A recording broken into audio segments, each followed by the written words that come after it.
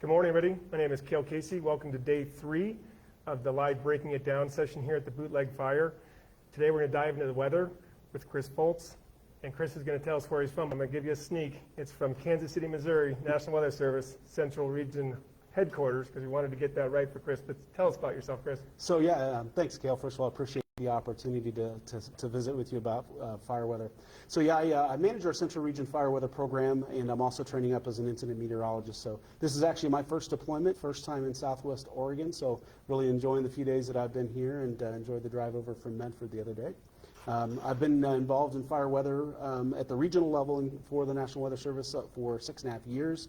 Prior to that, I was up at an office in Great Falls, Montana, and had obviously quite a bit of experience with fire weather there, serving as the warning coordination meteorologist in that office. So. Great. And the reason why we wanted to focus on weather today is because there's a lot of hope and talk about the rain yesterday. We do know that there was active fire behavior both in the north and east flanks of the fire. Yeah. Operations Chief Karen Scholl this morning talked about spot fires on Winter Rim and the National Guard troops working on that fire line and helicopters needing to support them. She also talked about the activity on the north of the fire in 2nd March and how we had heavy air tankers and heavy helicopters working that. You'd think that with the rain, we'd have an increased level of humidity for a while. What happened? So a lot of what happened yesterday, actually the rain fell 2 days ago, but by yesterday morning, we started to get some stronger winds that moved in, the cloud cover went away, and unfortunately with the long-standing drought that's been going on across much of the West, it really, the brief moisture that we did get just isn't really enough to make a dent in those longer standing drought conditions and the dry fuels that exist. So unfortunately, the moisture went away very quickly. The winds started picking up and gusting, and so that allowed that fire to really start to become more active again yesterday, late morning into the afternoon hours. Got it. And on my phone this morning, I saw that the Medford National Weather Service office had a red flag warning. Now that does bump up to our fire area, but it seems like we're just in a fire weather watch. Can you explain kind of the difference? Sure. So a fire weather watch basically means that conditions look favorable for what are called red flag warning conditions. So that's a combination of low relative humidities, gustier winds, warm temperatures. And so for the situation today, again, just west of the fire perimeter, there is a red flag warning in effect, but that's mainly for lightning.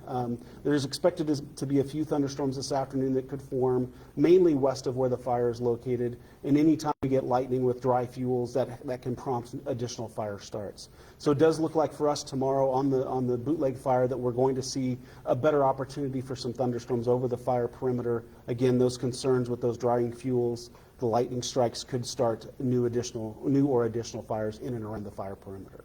And when a lightning strike hits like that, we call that initial attack. Mm-hmm. The incident management team has responsibility for a certain zone around the Bootleg fire. So we would move our resources to that initial attack. I know a couple days ago we were asked to help initial attack near Crater Lake, which is definitely outside of our fire area. So we don't just do that there. But our helicopters were busy yesterday. We were flying a lot of aviation. As the winds come in today, they're coming in from the west. We have a fire line above Winter Rim there that we're trying to hold. What impact might that have? Are we going to be in the 10 mile an hour, 20 mile an hour range? So there could be, generally speaking, the winds are going to be roughly 5 to 15 miles per hour, but there will likely be some gusts, like we saw yesterday, upwards of 25 miles per hour. So unfortunately, from the west or the southwest, that's kind of going to push the fire in a direction there's not a lot of containment. So certainly there is that potential that, that we could see fire growth today based on those winds. And so folks over in Paisley, Summer Lake, and Silver Lake probably started to see a column yesterday develop in certain areas. So that people on the feed the last couple of days, and we do encourage you to ask your questions, of course, have asked about smoke. Mm-hmm. So that area, given the fire activity today, should start seeing a new smoke. And I know you're not the smoke air resource advisor, mm-hmm. but they should have an expectation of seeing smoke on the east side. It's likely, not only that, even within the perimeter, there's going to be additional burning that'll take place as those fuels that are within the area that's been contained. Those fuels will still be receptive to burning today, and because the conditions in the fuels will be drying out. Yeah. And some of those fuels, like we talked about with Chris Moore yesterday, the fire behavior analyst, they'll burn for months. There's so many heavy trees in there. So we were talking about expectations for the public. Again, everybody wants us to do a great job and get this buttoned up. We want it to be September, but it's not. We're in sort of unprecedented times with our temperatures.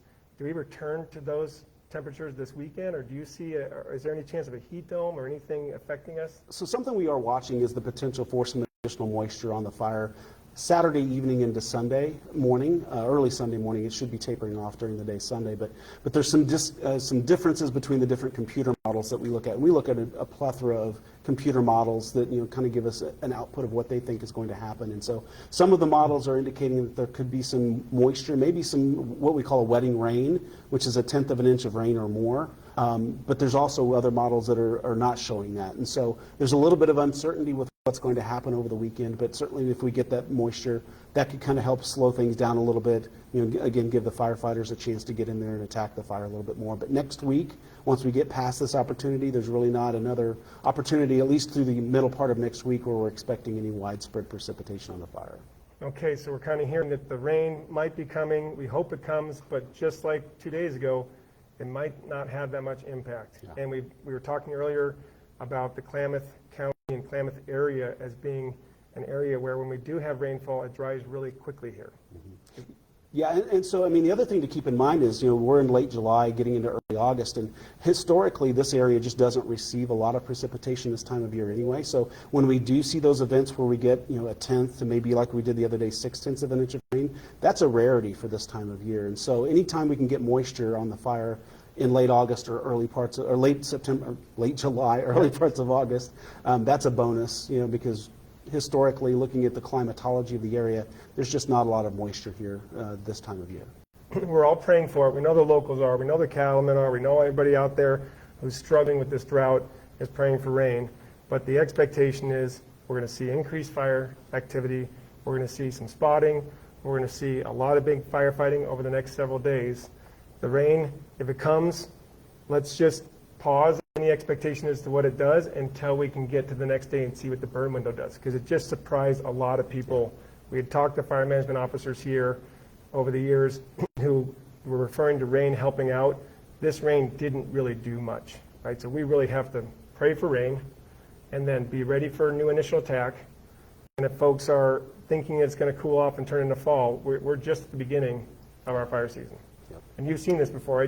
When you forecast from your headquarters, are you forecasting all over the nation or just for certain fires, or how does that work? So what I do is I manage our local offices, who are the ones that are actually doing the forecast, but making sure that they have the tools and the equipment and the necessary resources to provide the support to their local fire managers, and when they do get incident management teams in, providing support to those as well.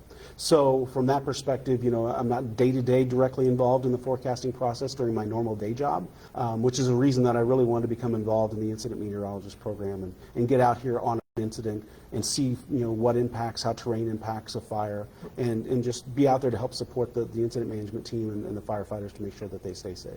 Well, we appreciate it, and we call you an IMET. So incident meteorologist is IMET. That's the break it down part. You're an IMET. We always welcome you, and we know you have a tight relationship with Medford, right? So you can Absolutely. check in at any time, and the experts there will help you with the forecasting. Absolutely. We're communicating closely with the offices and with other surrounding areas. The Geographic Area Coordination Center for the northwest part of the U.S. is certainly heavily involved in that. We're on constant calls with them every day. So. And if they call off the line for a spot weather forecast, to break that down, that's a small microclimate area, and you can help them by reading remote automated weather stations and things like that? Correct. Yeah, we have equipment that's positioned around the fire that helps give us more local observations than what we would normally have for this geographic area. And so we can utilize that information and where they're looking for that specific forecast for, and we can narrow it down and give them that specific forecast for that small area that they're focused on. So my first 7 years as a paramedic on the fire line, you'd always hear from the IMET, we have a break-in of a special weather update. So if we had a thundercloud coming over, the IMET, you yourself, would get on the command radio and broadcast and interrupt fire traffic to let everybody know because of those outflow winds, right? It's outflow winds and lightning as well. So anything that's going to be a concern for firefighter or crew safety, that's absolutely one of our top priorities as an incident meteorologist, is to make sure that we're communicating with the folks in the field through the command channel, as you mentioned, which is the channel that reaches everybody, so that they can take those protective measures to make sure that they stay safe. Because obviously they're out there in the open environment, and sometimes it's tough for them to shelter from those weather conditions. And we want to try to give them as much notice as they can so they can get back to a rig or something that's going to offer them some protection.